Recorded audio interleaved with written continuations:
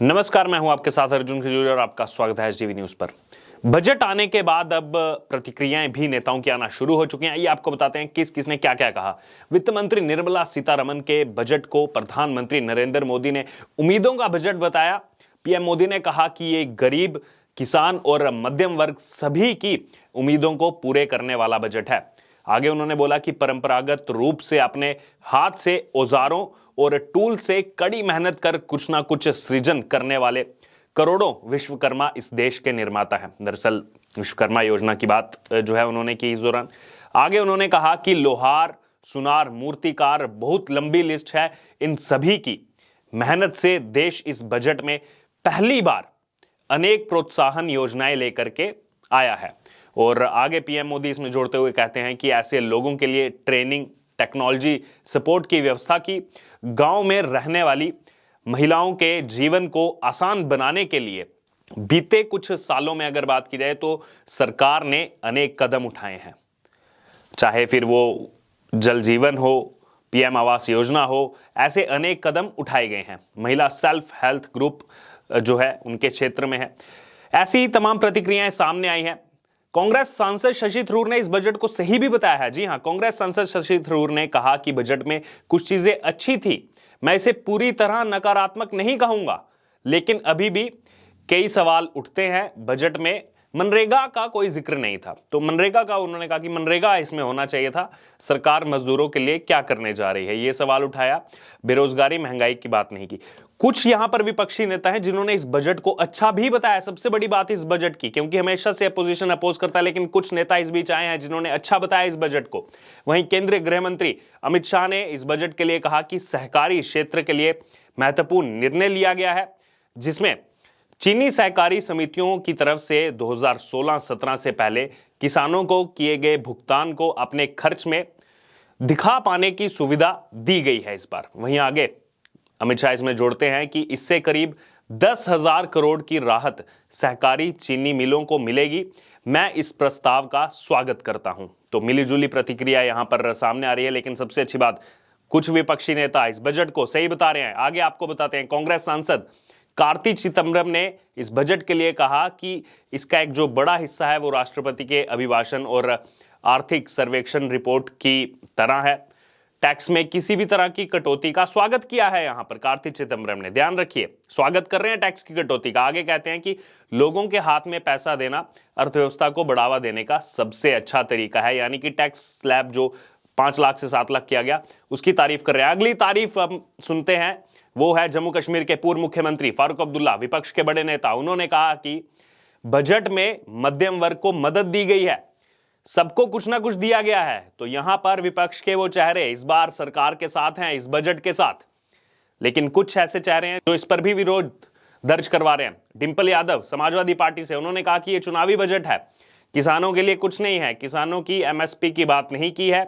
Railway की बात कर रही है डिंपल यादव की रेलवे को पूरी तरह नजरअंदाज किया गया है। आधी से ज्यादा आबादी गांव में बसती है, लेकिन उनके लिए कुछ नहीं किया है। ये बहुत ही निराशाजनक बजट है, ये बहुत ही निराशाजनक बजट है। रेलवे का यहां उन्होंने जिक्र किया, रेलवे के लिए कुछ नहीं है, लेकिन सच्चाई क्या है वो भी बताते हैं आपको। अब तक का सबसे बड़ा आवंटन किया गया है रेलवे को इस बजट में। 2013-14 जब कांग्रेस की आखिरी सरकार चल रही थी, उस समय के आवंटन से 9 गुना ज्यादा जो है इस बार आवंटन किया गया है। रेलवे का यह बजट नई वंदे भारत ट्रेनों, रेलवे लाइनों के विद्युतीकरण और अन्य प्रमुख परियोजनाओं को पूरी करने में जो है मदद करेगा। इसके अलावा सरकार ने रेलवे में नई योजनाओं के लिए 75,000 करोड़ रुपए की घोषणा की है। तो यहां पर डिंपल यादव जो ये सवाल उठा रही हैं कि रेलवे को क्या दिया गया, 75,000 करोड़ रुपए की नई योजनाएं आने वाली हैं रेलवे के लिए। वहीं मल्लिकार्जुन खड़गे, कांग्रेस के अध्यक्ष, उन्होंने कहा है इस बजट को लेकर कि मोदी सरकार का बजट जनता का भाजपा पर लगातार गिरते विश्वास का सबूत है। आगे खड़गे इसमें कहते हैं कि यह केवल चुनाव को ध्यान में रखकर बजट बनाया गया है, देश को ध्यान में रखकर नहीं बनाया गया है।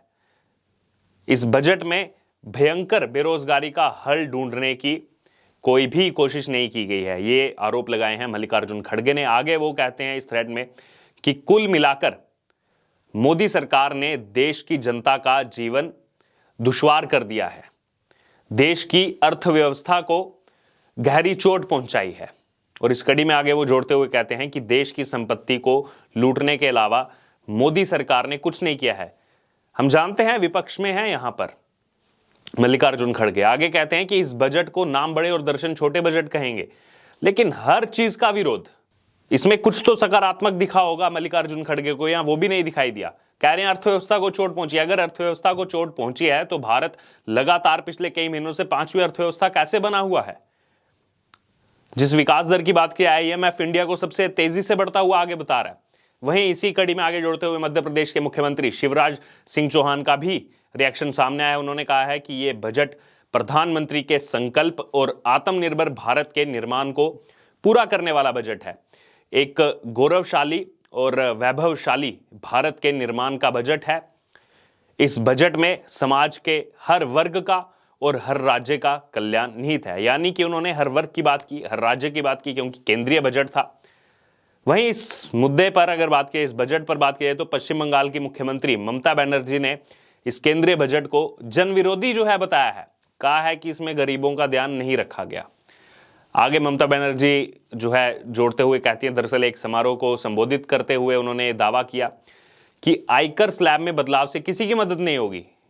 उन्होंने कहा ये केंद्रीय बजट भविष्यवादी नहीं है, पूरी तरह से अवसरवादी है, जन विरोधी है और इस बजट को गरीब विरोधी बताया है। यहां पर वो कह रही है कि टैक्स स्लैब में बदलाव से कुछ नहीं होगा, लेकिन बहुत बड़ा ऐसा तबका है जो 5 लाख से 7 लाख के बीच में जिनका एनुअल जो है इनकम आता था, अब उनको जो है टैक्स नहीं देना होगा।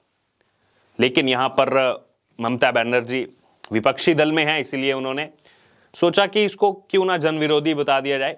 तथ्यों पर यहां पर ममता बनर्जी ने बात नहीं की है। वहीं सीएम केजरीवाल इस बजट के लिए क्या कह रहे हैं? दिल्ली के सीएम केजरीवाल कह रहे हैं कि दिल्ली वालों के साथ सौतेला व्यवहार जो है किया गया है, इसका आरोप लगाया। अरे ये केंद्रीय बजट है अरविंद केजरीवाल जी, ये केंद्रीय बजट है, ये इसमें कोई राज्य के लिए स्पेसिफाई नहीं किया जाता है। लेकिन अरविंद केजरीवाल की राजनीति दिल्ली तक सीमित दिखाई देती है। वहीं उत्तर प्रदेश के मुख्यमंत्री योगी आदित्यनाथ ने इस बजट को लेकर कहा कि आज प्रस्तुत हुए आम बजट 2023-24 में नए भारत की समृद्धि का संकल्प है। 130 करोड़ देशवासियों की सेवा का लक्ष्य है। वर्तमान केंद्रीय बजट गांव, गरीब, किसान, नौजवान और महिलाओं समेत समाज के हर वर्ग की आशाओं और राष्ट्र के समग्र उत्थान की अपेक्षाओं को पूरा करने वाला है। आगे इसमें उत्तर प्रदेश के मुख्यमंत्री योगी आदित्यनाथ जोड़ते हैं कि निसंदेह ये बजट भारत को आर्थिक महाशक्ति बनाने की दिशा में मील का पत्थर साबित होगा। तो वहीं दूसरी तरफ अगर बात की जाए तो संसद में इस बजट को जो पेश किया गया, इसको लेकर PDP की नेता, जम्मू कश्मीर की नेता महबूबा मुफ्ती, उन्होंने कहा कि यह बजट वही है जो पिछले 8-9 साल से आ रहा था। टैक्स बढ़ाए गए, कल्याणकारी योजनाओं और सब्सिडी पर पैसा खर्च नहीं किया जा रहा है। आगे महबूबा मुफ्ती इसमें जोड़ते हुए कहती हैं कि कुछ सांठगांठ वाले पूंजीपतियों और बड़े कारोबारियों के लिए जो है वो टैक्स वसूला जा रहा है। जनता को टैक्स से फायदा होना चाहिए, लेकिन इससे उसकी कमर टूट रही है। तो ये जो कुछ स्टेटमेंट सामने आ रही हैं, ऐसा लग रहा है कि ये पहले से स्क्रिप्टेड थी कि बजट कैसा भी आए। बजट को देखा नहीं, लेकिन ये उन्होंने स्टेटमेंट दे दी है। इसमें टैक्स स्लैब की बात कर रहे हैं, टैक्स पेयर की बात कर रहे हैं। टैक्स तो ये ऐतिहासिक बजट हुआ इस बार। 9 साल के बाद टैक्स स्लैब में बदलाव हुआ है। 5 लाख रुपए की पहले इनकम तक टैक्स नहीं होता था, अब 7 लाख रुपए की इनकम तक जो है वो टैक्स नहीं दिया जाएगा। लेकिन इस बीच कुछ ऐसे नेता हैं, कुछ विपक्षी नेता इसको सही बता रहे हैं, जो एक्चुअल चीज है वो जनता के सामने रख रहे हैं। इसमें सरकार का साथ देते हुए दिखाई दे रहे हैं, चाहे फिर वो फारूक अब्दुल्ला हो, शशि थरूर ने भी तारीफ की है, कार्ति चिदम्बरम ने भी बोला है। लेकिन वहीं कुछ ऐसे नेता है जो आंखों पर पट्टी बांधकर इस बजट की जो है तारीफ नहीं कर रहे, बल्कि इस बजट को गलत बता रहे हैं। टैक्स की बात कर रहे हैं। टैक्स का जो है सबसे बड़ा बदलाव पिछले 1 दशक में देखने को मिला है हमें इस बजट के अंदर। वहीं अरविंद केजरीवाल की अलग राजनीति चल रही है कि इसमें दिल्ली वालों को कुछ नहीं मिला, दिल्ली वालों के लिए सौतेला व्यवहार किया गया है। तो लोग ये भी जो है मजाक उड़ा रहे हैं कि ये केंद्रीय बजट है, पूरे देश को देख करके बजट दिया जाता है। इसमें भी अरविंद केजरीवाल का यही रोना जो हर बार से वो रोते आए हैं कि हमारे साथ सौतेला व्यवहार किया, हमें केंद्र सरकार ने कुछ नहीं दिया, हमें कुछ नहीं दिया, हमें बीजेपी सरकार कुछ काम नहीं करने दे रही। बहरहाल अब ये जो रिएक्शन हमने आपको बताया, प्रतिक्रियाएं आपको बताई हमने अलग अलग नेताओं की, इसको लेकर आपका क्या कहना है, आपकी क्या राय है, आप हमारे साथ कमेंट बॉक्स में शेयर कर सकते हो। और इससे जुड़े तमाम अपडेट के लिए बने रहे हमारे साथ। धन्यवाद।